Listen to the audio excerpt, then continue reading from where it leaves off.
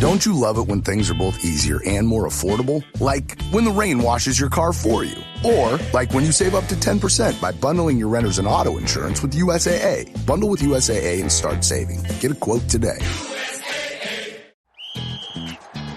Hilton brings you new ways to stay with experiences that let you capture the glory days.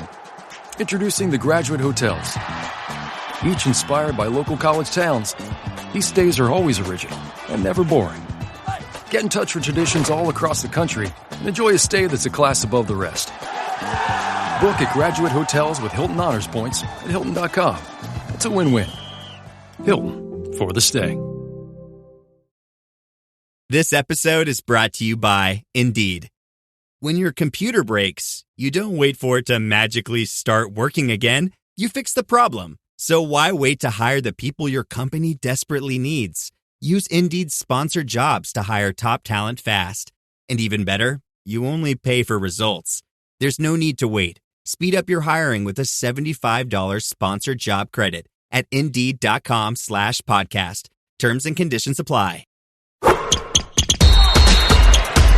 From the Fifth Quarter Studio in Madison, Wisconsin, you're listening to the Coaching Youth Hoops Podcast. They're playing Basketball. Here's our hosts, Steve Collins. And Bill Flitter.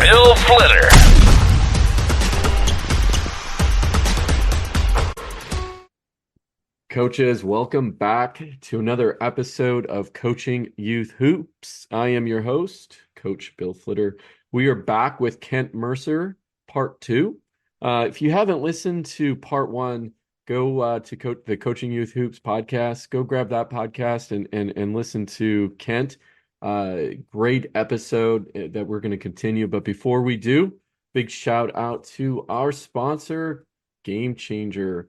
If you love capturing highlights and sharing them with your teammates, you can do Game Changer app. Does clips, scoring plays, assists, rebounds, steals, and blocks are delivered right into your player profiles. They'll never miss a highlight again. Grandma and grandpa will see all their highlights right inside of the coaching or inside of the Game Changer app. So go to gc.com/coaching youth hoops and check it out. On to the show. Okay. I'm gonna ask you. Well, this is the only reason I had you on the show today to answer this question. Of course, I'm kidding. It's you ask 100 people, 50 will say it's one way, 50 will say it's the other way. Okay, you ready for the question? I guess. Basketball players, ankle braces or no ankle braces? I think I look at it like, is there a history? Mm-hmm. I think there's a misconception that if they're wearing ankle braces, they're going to lose strength, or that it's going to become a bigger It's the number issue. one thing I hear all the time. And it's not true. I think, with our kids, we look at every situation different. Mm-hmm. I personally like them. If somebody is hurt or has a history, they will be taped or braced. The thing that's nice, we're around them all the time, so we can tape them. So there's consistency with that. But if they're going to be traveling, then they can have a brace. And I know at least they have some support. So I'd look at history. And then I think that's the biggest thing.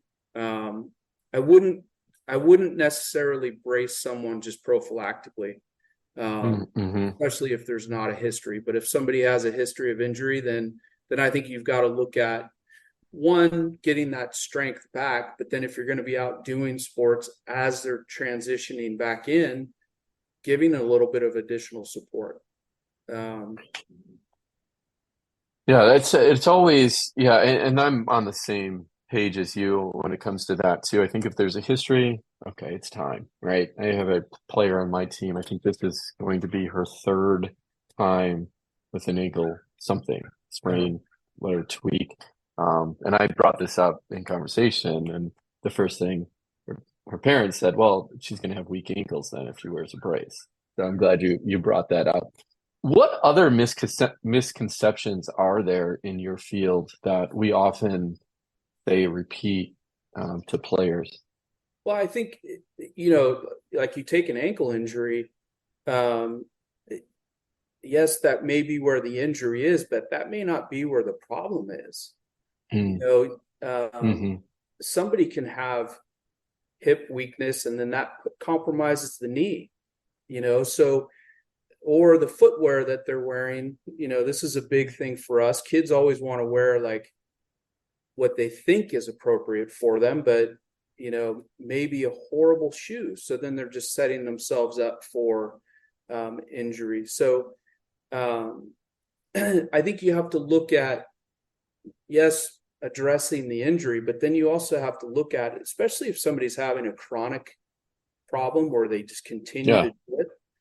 Okay, maybe they're not getting that strength back and that motion back, and they continue to compromise themselves, or there's something else that's going on. And that's where I think you have to look at, like, okay, what other causes might this be coming from rather than just a weak ankle? That's a good point. Those are the things that we'll kind of look at. If somebody gets hurt, it's like, okay, what is the cause of this? And sometimes it's apparent. Sometimes it's over time you start to see it, but you're trying to put together this puzzle and figure out specifically what's going on with them. What other, like the shooting sleeves, the other, I guess, wearables, if you will, that you recommend and when, or types, or are they, or not? I mean, well, I think the only time knee braces, I guess, too, the sleeves, that fit over the knees, those types. I see players wear those, the compression shorts, all of that kind of stuff. Yeah, I mean, I think a lot of that, like the idea that they wear it on one leg and not the other, I don't know. As far as like wearable technology, there's things that we use. I think the only reason you would want to do it is if you're going to utilize that information that you're given. If you're going to take that information that is giving you and utilize that in a way that's going to benefit the team, the athlete themselves. And that's what's challenging about it. I think there's a lot of great things out there. We use a product called Catapult, which can track athletes, and they use it specifically in basketball and other sports. But it doesn't make sense to do it unless you're going to utilize that information that you're getting from it. And we'll use it for things like load management, because obviously as you go through a game, one athlete is doing something different than everybody else that's out there, and you can look at over time on court, time with possession with the ball, time on defense, time on offense, whatever it might be. There's simple things that you can do, and then manage that appropriately. Manage your practices based on that information that you're getting. But if you're not going to do anything with it, I think it just gets overkill. I was lucky enough to sit through a college basketball practice, and they used a wearable, and the person monitoring everybody, just sitting on the sidelines, was in constant communication with the coach. I just thought it was really fascinating that they're relying on the technology to look at the wear and tear on the team and the exertion. And they, in this particular case, they did have a game. I don't know if it was the next day, maybe the day after, and they wanted it to be a light workout. And so they set kind of I don't know all the details, but they set a max of like the threshold they wanted to reach. And then when I got near that max, then although they reached it quicker than they thought, and so they called practice short. Yeah. You just, you stop the practice.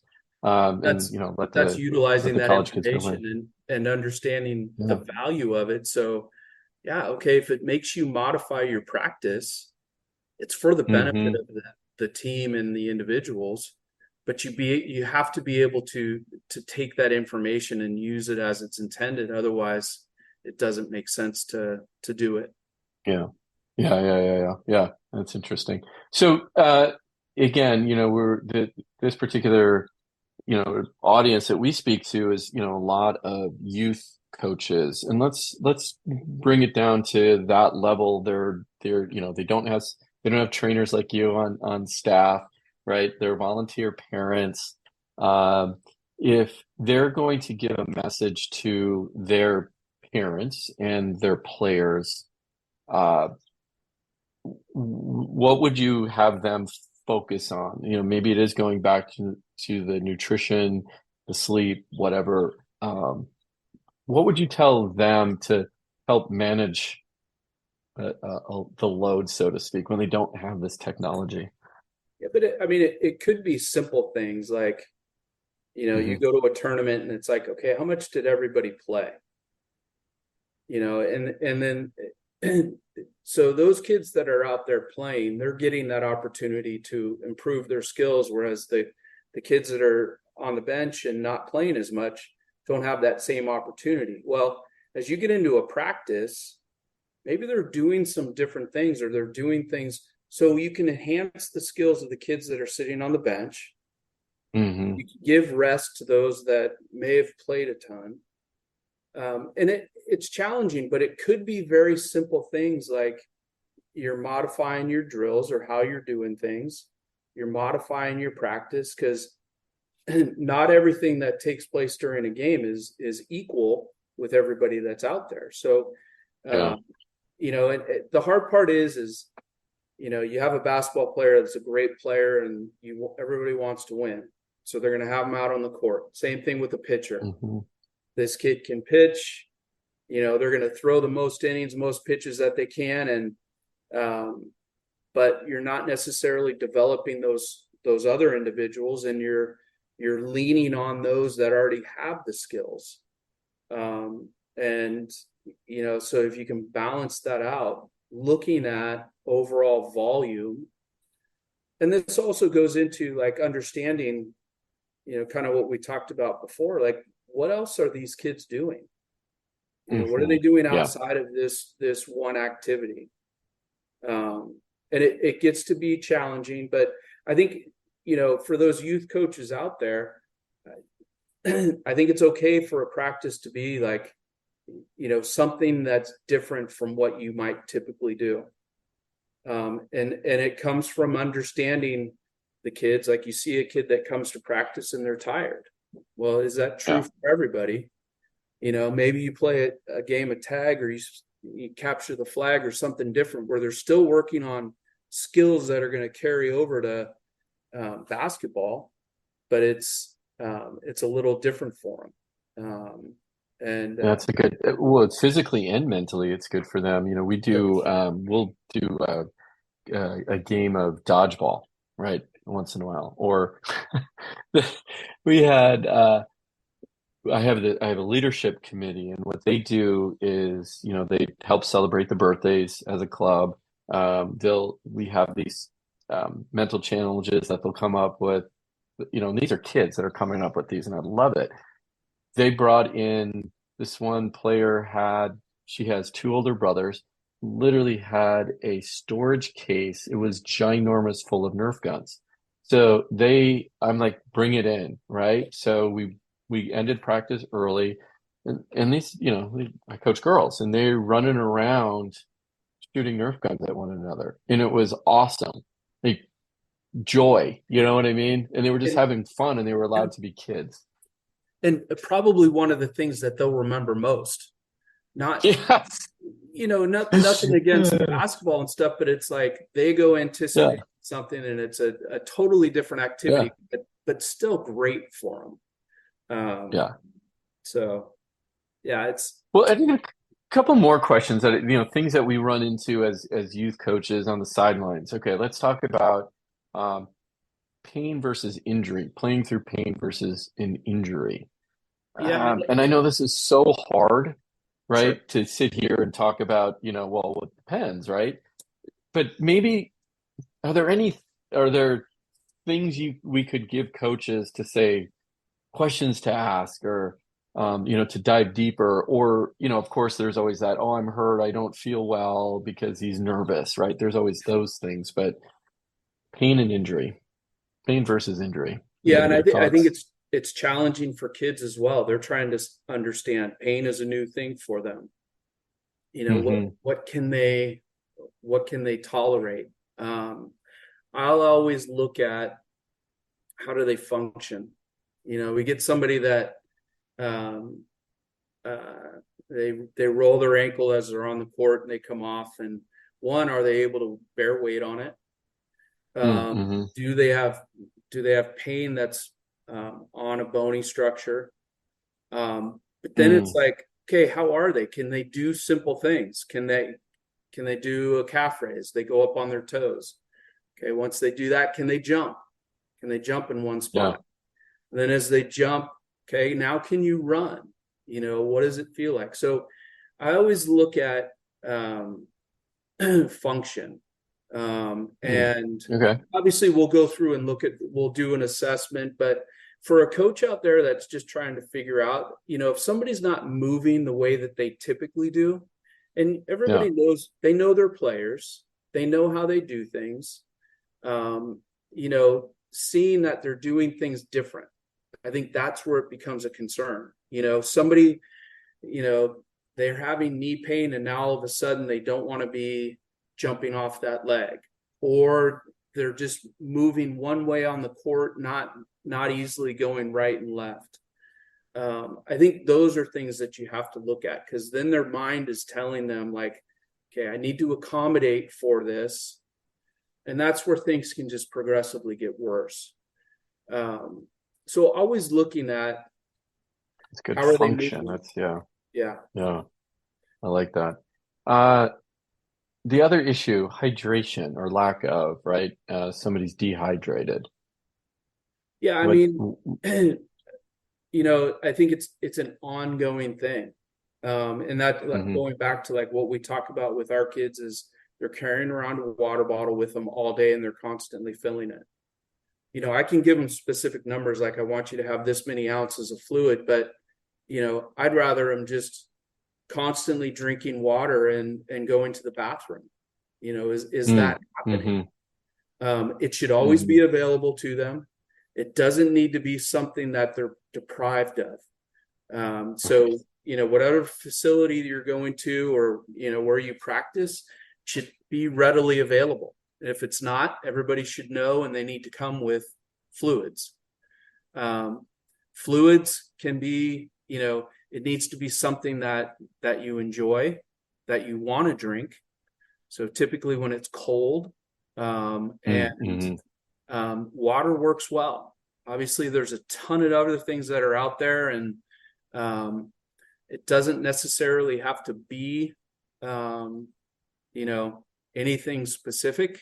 Kids are usually getting, if they have sound nutrition, they're getting all the electrolytes and sugars and things like that they need outside of it.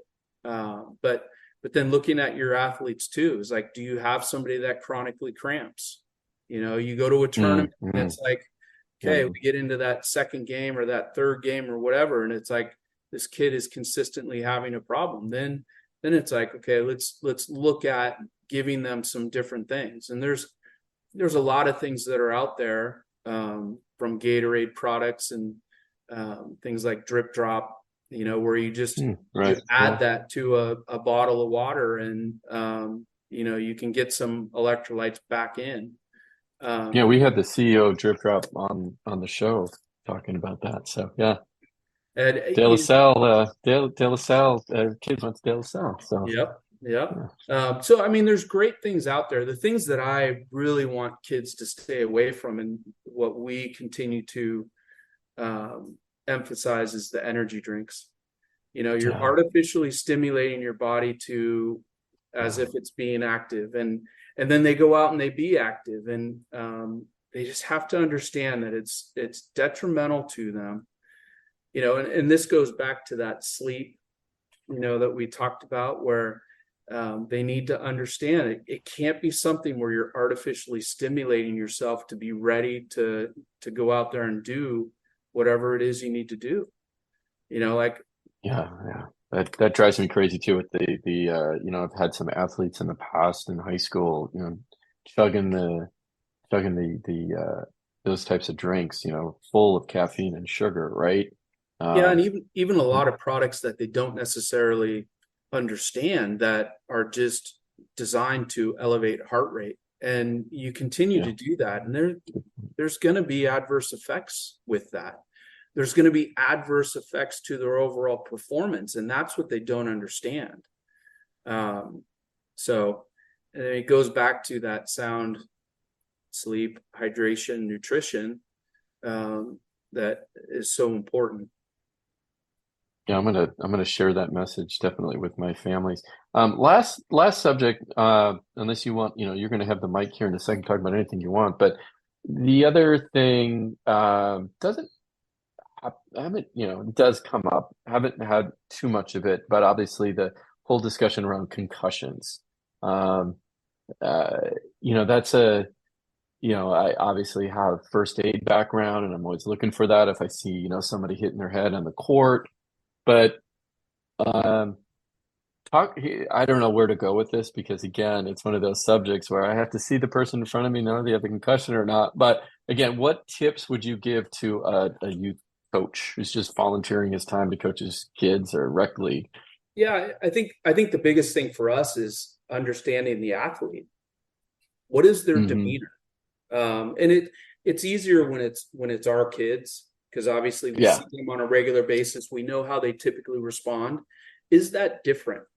You know, if we're evaluating somebody from an opposing team, somebody we don't know, I'll typically bring the Hmm. parent down and Mm. evaluate the kid and talk with the That's parent and say, interesting. is Yeah. this demeanor different? Are there things that are off? I think rather than like feeling like you've got to do this, whole diagnostics, take them through Yeah. balance where they don't remember this or that. It's like, are they different? And err on the side of caution. Good point. Right. And it's okay if they miss a game. It's not the end of the world. Oh, I'm And glad you said that. you know, and Yeah. it Breathe, right? Breathe. yeah, Yeah. yeah. And it's like, okay, what's the worst thing that could happen if they're out? They get some time to recover. Maybe it's not a concussion. Just because somebody hit their head doesn't mean that Mm. they have a concussion. Just because their Yeah. head hurts doesn't mean that they have a concussion. And I think that's the challenge. Now, if somebody is diagnosed with a concussion, then making sure that they're going through those appropriate progression back to activity. So I think, once again, just understanding your athlete, and as you're around them, you see what their demeanor is like. You see how they act. You see how they act around their friends. Is that different? Well, different's not always good. And it's okay to, like, we'll take our time. It's not like Mm. this person has to be back in there. If that's the case, we got bigger issues. But we'll take our time with someone, and you see how they are as the adrenaline kind of settles down and of the moment that Mm. they're in. Right. It's true. It's okay to just kind of take them out of that environment and see how they continue to feel. This is not Yeah. something that has to be assessed in the next 30 seconds. Well, and that's why, dude, it brings up this thought of I can't tell you how many times like athletes hurt, when they're in pain and they're crying. Yeah, Not once do I ever say, stop your crying. I'm like, let it out. I know you're in pain. Just it's okay to cry. Don't have to be embarrassed about it. Sometimes they're embarrassed about it, or they think, oh, I'm an athlete, so I'm not supposed to cry. And I'm like, let it out. Just get it out. sure. It's okay. And So, it's them just starting to understand, what is this that's happening to me? And that's part of yeah, sport too.